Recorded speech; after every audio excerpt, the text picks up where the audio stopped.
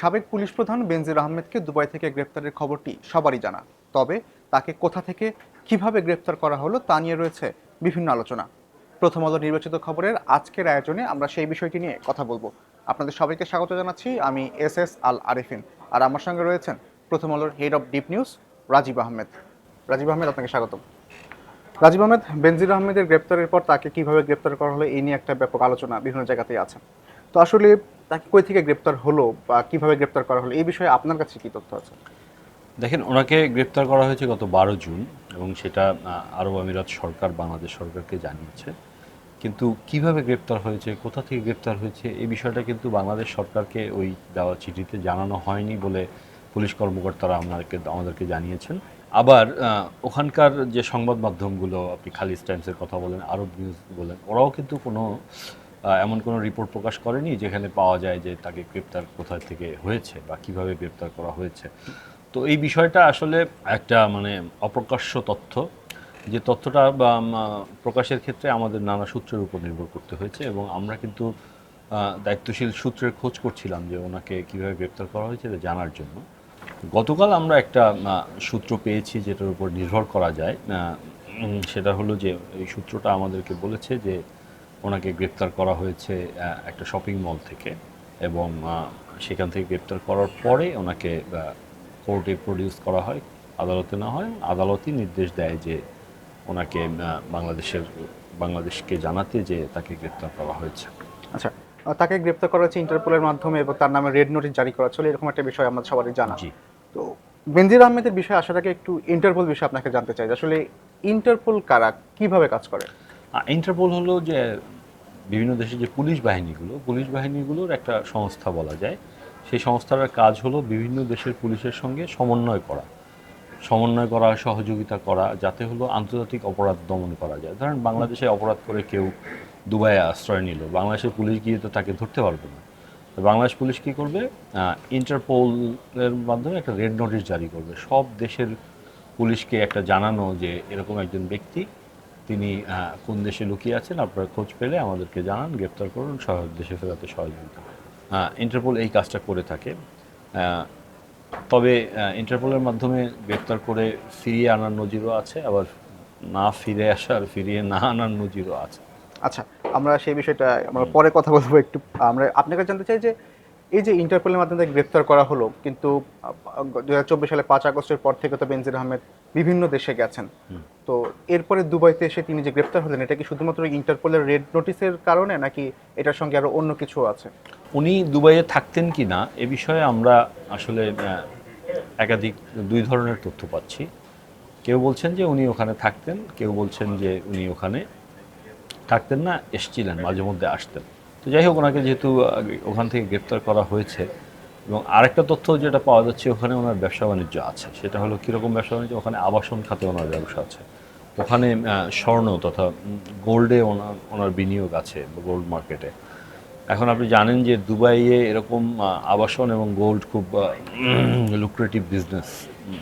তো ওখানে যারা ইনভেস্ট করে, অর্থ পাচারকারীরা ইনভেস্ট করে, এরকম নজির অনেক আছে। এর আগে কিন্তু দুবাইয়ে বাংলাদেশিদের সম্পদ নিয়ে নানা রিপোর্ট বেরিয়েছিল। তো বলা হচ্ছে সূত্র থেকে যে আপনার যখন বেনজির আহমেদ আইজিপি ছিলেন বা পুলিশ কমিশনার ছিলেন অথবা র্যাবের প্রধান ছিলেন, ওই সময় থেকেই তিনি ওনার বিরুদ্ধে অর্থ পাচারের অভিযোগ ওঠে এবং ওই টাকাগুলো উনি ওই দেশে বিনিয়োগ করেছিলেন। তো ওখানে তো আপনি চাইলেই বা কেউ চাইলেই বিনিয়োগ করতে পারবে না, তার একটা মাধ্যম লাগে, সহযোগিতা লাগে। এই যারা পাচার করে বা পাচারের টাকা এরকম বিনিয়োগে সহযোগিতা করে, তাদের সাথে যোগাযোগ লাগে। তো বেনজির আহমেদ যাদের উপর নির্ভর করেছিলেন, যাদের মাধ্যমে তিনি টাকা পাচার করেছিলেন, যাদের মাধ্যমে ওখানে বিনিয়োগ করেছিলেন, তাদের সঙ্গে লেনদেন এবং ব্যবসায়িক একটা দ্বন্দ্ব তৈরি হয়েছিল বলে আমরা সূত্রের মাধ্যমে জানতে পেরেছি। ওই সূত্র বলছে যে এই দ্বন্দ্বের কারণেই তারা বেনজির আহমেদকে ধরিয়ে দেয় এবং সেক্ষেত্রে তারা ইন্টারপোলের যে রেড নোটিশ সেটাকে সামনে আনে এবং মার্কিন যে নিষেধাজ্ঞা, উনি যখন র্যাবের প্রধান ছিলেন তখন যে মানবাধিকার লঙ্ঘনের ঘটনা ঘটেছে, তার কারণে কিন্তু মার্কিন যুক্তরাষ্ট্র তার বিরুদ্ধে নিষেধাজ্ঞা দিয়েছিল। সেই নিষেধাজ্ঞাটার বিষয়টি সামনে এনে দুবাই পুলিশকে প্রভাবিত করা হয় তাকে গ্রেপ্তার করার ক্ষেত্রে। একটা জিনিস মাথায় রাখবেন, এরকম ইন্টারপোলের রেড নোটিশ কিন্তু অনেকের নামে আছে, সবাইকে কিন্তু গ্রেপ্তার করা হচ্ছে না। যেমন আমরা বাংলাদেশ পুলিশকেও গত রাতে জিজ্ঞেস করেছিলাম, বাংলাদেশ পুলিশের একজন শীর্ষস্থানীয় কর্মকর্তা আমাদেরকে বলেছেন যে তিনিও মনে করেন না যে শুধু ইন্টারপোলের রেড নোটিশের কারণে তাকে গ্রেপ্তার করা হয়েছে, এর পেছনে কিছু আছে, তারও মত এটা। আচ্ছা, আপনারা কি এই বিষয়ে জানতে দুবাইয়ের প্রশাসনের সঙ্গে যোগাযোগ করেছিলেন কিনা বা এরকম কোনো কিছু? আমরা ইমেল করেছিলাম দুবাইয়ের স্বরাষ্ট্র মন্ত্রণালয়, পুলিশকে এবং আরও দু একটা সংস্থাকে আমরা ইমেল করেছিলাম গতকাল। আজ পর্যন্ত আমরা সেটা রিপ্লাই পাইনি। রিপ্লাই পাওয়া যাবে সেটাও মনে করছি না, কারণ হলো গিয়ে দুবাই সরকার বা দুবাই পুলিশ কিন্তু বিষয়টা গোপন রাখছে যে তাকে কীভাবে গ্রেপ্তার করা হলো, কি এই তথ্যগুলো কিন্তু শেয়ার করছে না সংবাদ মাধ্যমে, ওই দেশের সংবাদ মাধ্যমে বা ওই অঞ্চলের সংবাদ মাধ্যমে আসছে না। তো সেক্ষেত্রে তথ্য পাওয়ার আশা খুব ক্ষীণই মনে হচ্ছে। আচ্ছা, আনুষ্ঠানিক তথ্য পাওয়ার আশা। তো তাকে তো গ্রেপ্তার করা হয়েছে, এটা নিশ্চিত, মোটামুটি কোর্টেও তোলা হয়েছে, এই খবরটা পাচ্ছি আমরা। তাহলে এখন তাকে বাংলাদেশে ফেরানোর ক্ষেত্রে সরকার কি ধরনের উদ্যোগ নিচ্ছে, কোনো সময়সীমা আছে কিনা? হ্যাঁ, যেমন দেখেন, যেদিন স্বরাষ্ট্রমন্ত্রী সংসদে সালাউদ্দিন আহমেদ সাহেব সংসদে ঘোষণা দিলেন, ওই দিনে কিন্তু ওনাকে বলেছেন যে ওনাকে বেনজির আহমেদকে গ্রেপ্তারের 30 দিনের মধ্যে দুবাই পুলিশকে বা দুবাই সরকারের কাছে একটা অনুরোধপত্র পাঠাতে হবে যে ওনার বিরুদ্ধে এই অভিযোগ আছে, এই অভিযোগ আছে, কোর্টের এই আদেশ আছে, এটা ধরে উনি এই ব্যক্তি ওনাকে ফেরত পাঠান। এখন এই অনুরোধপত্রের সঙ্গে কিন্তু আপনার সংশ্লিষ্ট প্রমাণাদি দেখাতে হবে। দুদকের আবেদনের প্রেক্ষিতে যেহেতু ওনার বিরুদ্ধে ইন্টারপোলের রেড নোটিশ জারি হয়েছিল, তো দুদক সেই তৈরি করে, অনুরোধপত্রটা তৈরি করে গতকাল স্বরাষ্ট্র মন্ত্রণালয়ে পাঠিয়েছে। সেটা আজকের রিপোর্টে আমরা উল্লেখ করছি। স্বরাষ্ট্র মন্ত্রণালয় এখন এটা পররাষ্ট্র মন্ত্রণালয়ের মাধ্যমে কূটনৈতিক চ্যানেলে দুবাইতে পাঠাবে। বেনজির আহমেদের নামে এমনিতেই সরকারের কাছে আর কি ধরনের অভিযোগ রয়েছে? বেনজির আহমেদের বিরুদ্ধে অবৈধ সম্পদ অর্জন, দুর্নীতি, অর্থ পাচার, এগুলোর অভিযোগ তো আছে। ওনার স্ত্রী এবং 2 কন্যার নামেও আছে। এবং ওনার বিরুদ্ধে কিন্তু আপনার মানবতা বিরোধী অপরাধের কারণে ট্রাইব্যুনালে ওনার বিরুদ্ধে মামলা আছে। তো অভিযোগের অনেক বড় তালিকা। তো দুদক দুর্নীতির ওনার বিরুদ্ধে 6টা মামলা করেছে, এর মধ্যে একটা পাসপোর্ট জালিয়াতির মামলাও আছে, যে উনি সরকারি চাকরিজীবী হয়েও বেসরকারি পাসপোর্ট ব্যবহার করেছেন, সেই পাসপোর্ট জালিয়াতির মামলাও আছে। তো এর মধ্যে একটি মামলায় ওনার বিরুদ্ধে চার্জশিট হয়েছে, সেই চার্জশিট অন্য মামলাগুলো এখনো তদন্ত অনুসন্ধান পর্যায়ে আছে। আপনি একটু আগে বলছিলেন ইন্টারপোলের মাধ্যমে দেশে ফিরিয়ে আনতে না পারার নজির আছে, এই নজিরগুলো কীরকম, কারা কারা? দেখেন, আমি যদি প্রথমে বলি যে ফিরিয়ে না আনা, সেক্ষেত্রে একটা সমস্যা হয়ে যায়।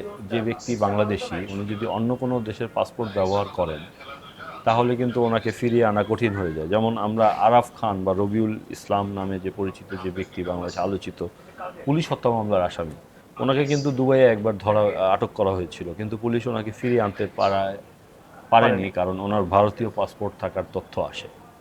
এটা একটা জটিল আইনি প্রক্রিয়া, জটিল। জিশান আহমেদ সন্ত্রাসী, বাংলাদেশের পুলিশের তালিকায় শীর্ষ সন্ত্রাসী, তাকে দুবাইয়ে গ্রেপ্তারের খবর এসেছিল 2019 সালে। তো বাংলাদেশে ফেরানোর উদ্যোগ নেওয়া হয়েছিল, কিন্তু ওই সময় তখন তার অবস্থান নিয়ে প্রশ্ন তৈরি হয়। তো ওনাকেও ফেরত আনা যায়নি। তার বিরুদ্ধে ভারতীয় এবং ডমিনিকান রিপাবলিকের পাসপোর্ট ব্যবহারের কথা আছে, যে উনি ওই দেশের পাসপোর্ট। আবার ফিরিয়ে আনার নজিরও কিন্তু আছে। যেমন নরসিংদীর শিবপুর উপজেলা পরিষদের সাবেক চেয়ারম্যান হারুনুর রশিদ খান হত্যা মামলায় আসামিদের বিরুদ্ধে রেড নোটিশ জারি করা হয়েছিল। 2023 সালের জুলাইয়ে এই একজন আসামি মহসিন মিয়াকে ফিরিয়ে আনা হয়। গত 6 মে কিন্তু এই হত্যাকাণ্ডের মূল পরিকল্পনাকারী এবং প্রধান আসামি আরিফ সরকারকে দুবাই থেকে ফিরিয়ে আনে বাংলাদেশ। তাহলে দেখা যাচ্ছে ফিরিয়ে আনার উদাহরণ আছে। তো আমার মনে হয় যে সরকার যদি আইনি প্রক্রিয়াটি যথেষ্ট গুরুত্ব দিয়ে করে, মানে দুবাই আদালতে ফেস করে এবং সঠিকভাবে প্রক্রিয়া নেয়, বেনজির আহমেদকে ফিরিয়ে আনার একটা সুযোগ আছে। রাজীব আহমেদ, আজকে আমরা এখানে শেষ করছি। অসংখ্য ধন্যবাদ আমাদেরকে সময় দেওয়ার জন্য। দর্শক, আমরা এখন কথা বলছিলাম দুবাইতে গ্রেপ্তার হওয়া বেনজির আহমেদকে নিয়ে এবং তার দেশে ফেরার প্রক্রিয়া নিয়ে। আমরা আপনাদের সামনে আবারও হাজির হব নতুন কোনো বিষয়ে কথা বলতে। সে পর্যন্ত ভালো থাকুন, সুস্থ থাকুন আর প্রথম আলোর সঙ্গে থাকুন।